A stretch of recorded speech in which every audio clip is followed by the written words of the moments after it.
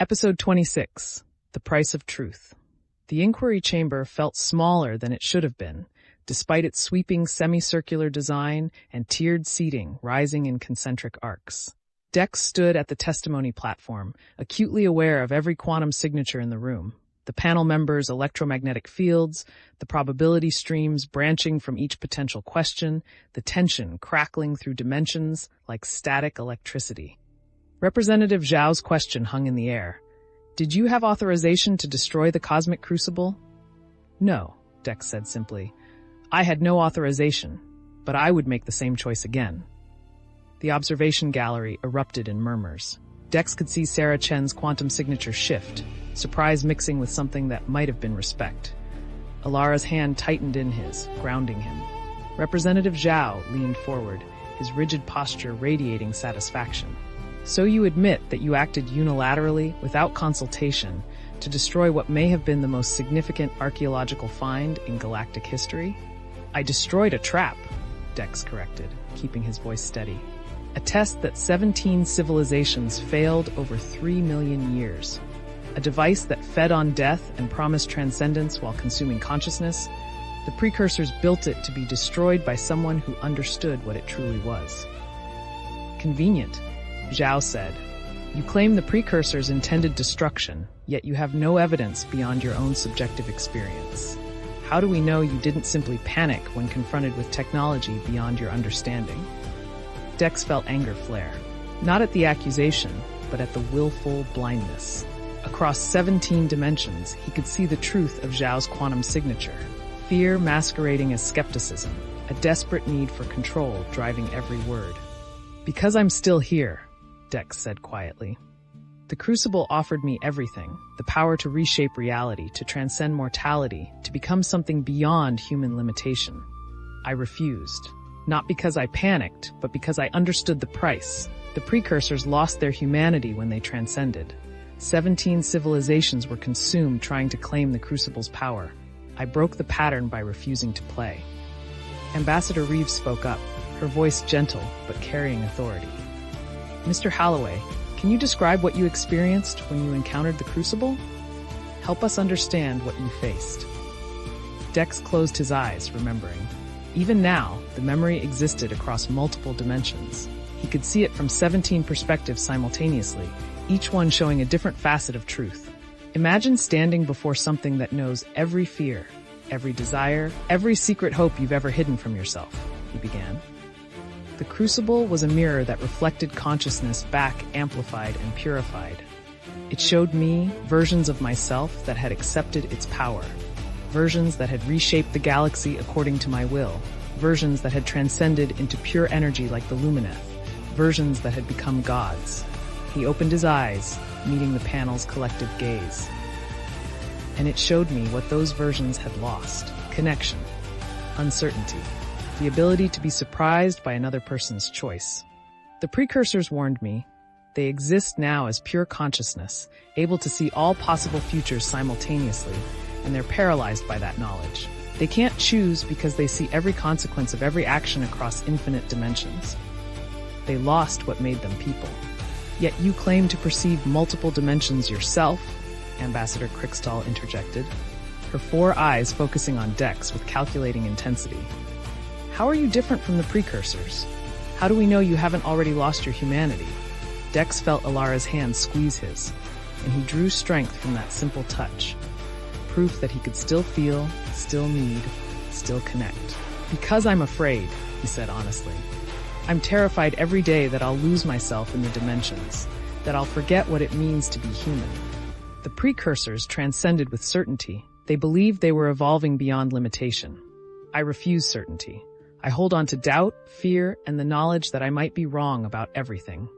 That's what keeps me human. War poet Creshtal rumbled approvingly, his massive frame shifting forward. You speak truth with blood, pattern breaker.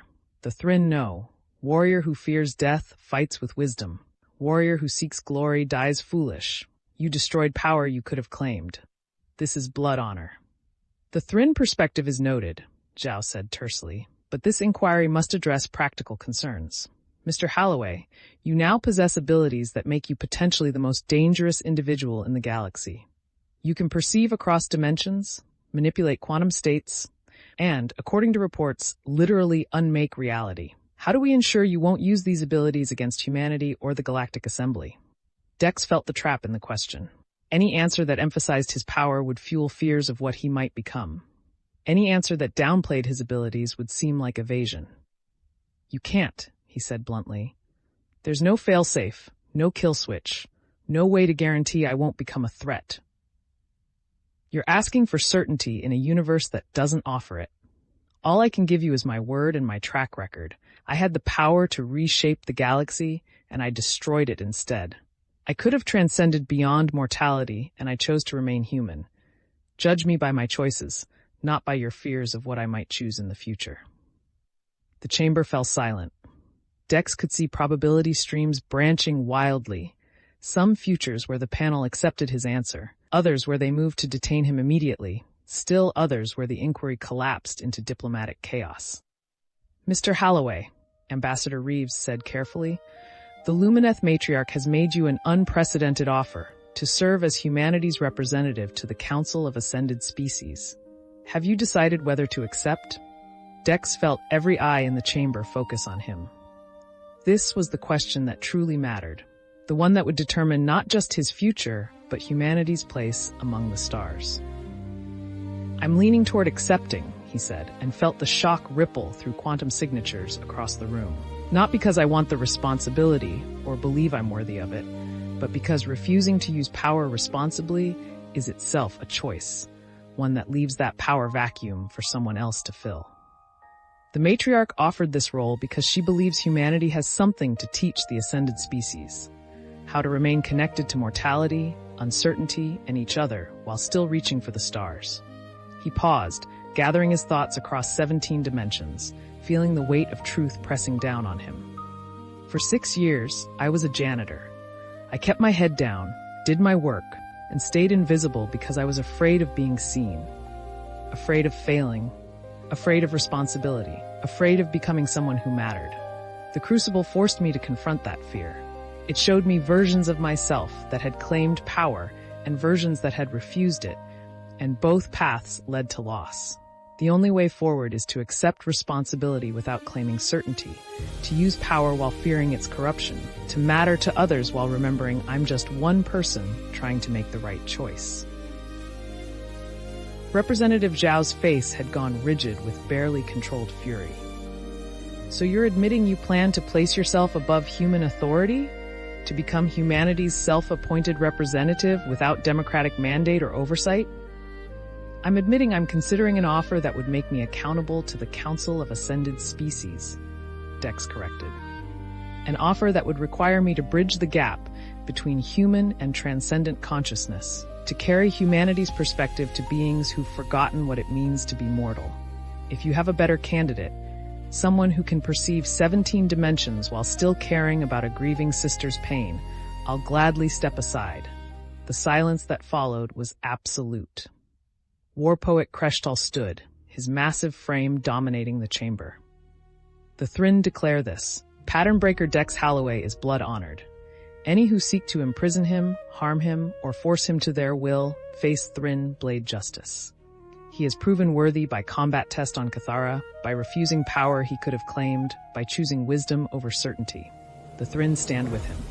The Critharium delegates' pheromones filled the chamber with the scent of iron and ozone.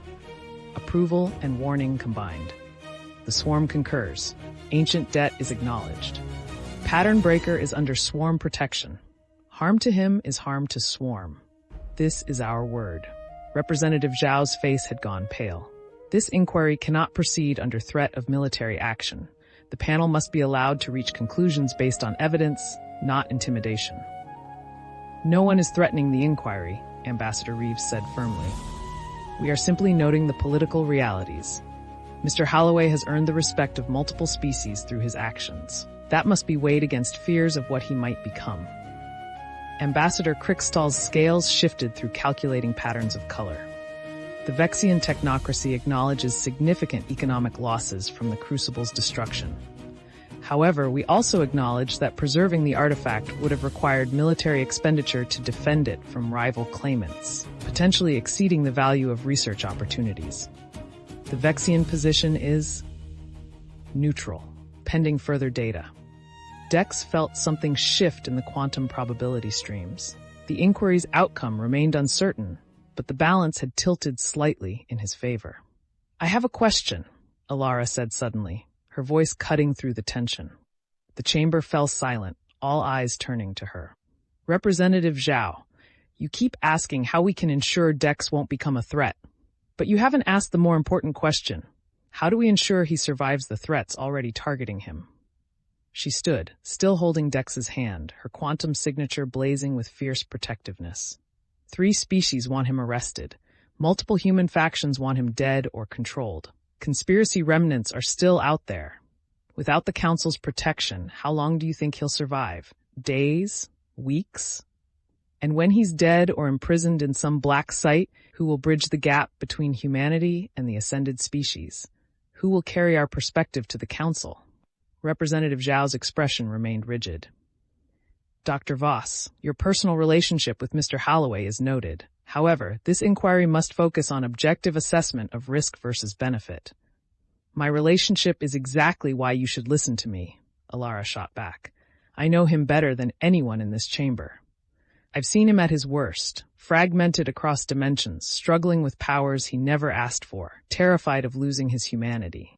And I've seen him make the hardest choice anyone has ever faced, refusing godlike power to remain human. If you can't see that as proof of his character, then this inquiry is a farce." Dex squeezed her hand, overwhelmed by her fierce defense. Across 17 dimensions, he could see the impact of her words rippling through the panel members' quantum signatures, doubt mixing with consideration, fear tempered by respect. Ambassador Reeves cleared her throat. "I believe we've heard enough testimony for today. The panel needs time to consult with our respective governments and consider the implications of the Council offer. Mr. Holloway, Dr. Voss, you're dismissed for now. We'll reconvene in 48 hours for further testimony and to announce our preliminary findings." As Dex and Elara turned to leave, Representative Zhao's voice stopped them. "Mr. Holloway, one final question. Do you regret destroying the Crucible?" Dex turned back, meeting Zhao's gaze across multiple dimensions. He could see the man's fear, his desperate need for control, his belief that the Crucible could have solved humanity's problems, and he felt a deep sadness for that certainty. "No," Dex said quietly. "I regret the 8,000 people who died in the war that fed it. I regret that 47 conspirators believed power was worth selling their souls. I regret that humanity's first contact with precursor technology was through greed and violence.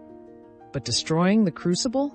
That was the only choice that mattered, the only one that broke 3 million years of pattern. The only one that proved consciousness can refuse certainty and still survive." He paused, then added, "The precursors are watching us right now, across dimensions, curious to see what humanity becomes. They lost their way by seeking transcendence. We have a chance to find a different path, one that honors both our limitations and our potential. That's worth more than any artifact." The chamber remained silent as Dex and Elara walked toward the exit. Admiral Strand fell into step beside them, his exhausted face showing grim satisfaction. "That went better than I expected," Strand murmured.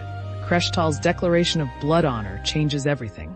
Zhao can't push for detention without risking diplomatic incident with the Thrin." "He'll find another way," Dex said, seeing the probability streams branch into darker futures. "Men like him always do." "Let him try," Elara said fiercely. "We've faced worse than political maneuvering." As they emerged into the corridor, Dex saw Sarah Chen waiting by the wall, her quantum signature a complex mixture of grief, understanding, and something approaching peace. "Thank you," she said quietly as they approached, "for telling the truth about what my brother became, for not making him into a monster or a martyr, just someone who made terrible choices." Dex nodded, feeling the weight of her words. He believed he was serving a greater good. That's what made him dangerous, not evil, but certainty. The conviction that he knew the right path and everyone else was too weak or stupid to see it. Like Representative Zhao, Sarah said, and there was bitter understanding in her voice. Convinced that controlling you is the only way to keep humanity safe. The difference is Zhao operates within legal frameworks, Strand said. Your brother abandoned them. That distinction matters. Sarah nodded slowly, then met Dex's gaze. If you accept the council offer, will you still be human, or will you become something else? It was the question Dex asked himself every day, the fear that haunted him across 17 dimensions. I don't know, he admitted, but I'll have Elara to remind me who I am, and friends like Admiral Strand and Garrett Cole who knew me when I was just a janitor, and people like you who ask the hard questions. That's what keeps me human, not my abilities or limitations, but the connections that anchor me to others. Sarah's quantum signature shifted towards something approaching acceptance. She nodded once, then walked away down the corridor, carrying her grief with more peace than before. Dex watched her go, then turned to Strand. What happens now? Now we wait, Strand said. 48 hours for the panel to consult with their governments. In the meantime, you're confined to quarters for your own protection. The station is too divided. Half the population would celebrate you, the other half would try to kill you. House arrest, Elara said flatly. How diplomatic. Protective custody, Strand corrected. There's a difference. You'll have full access to communication, visitors by appointment, and I'll personally ensure no one tries anything stupid. Dex felt exhaustion wash over him, the weight of testimony and dimensional perception pressing down like a physical force. I just want to sleep, preferably for a week. You've earned it, Strand said. But first, there's someone else who wants to see you.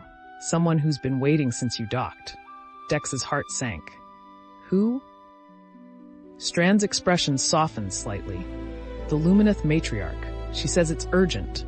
Something about the precursor's final message and what you need to know before making your decision.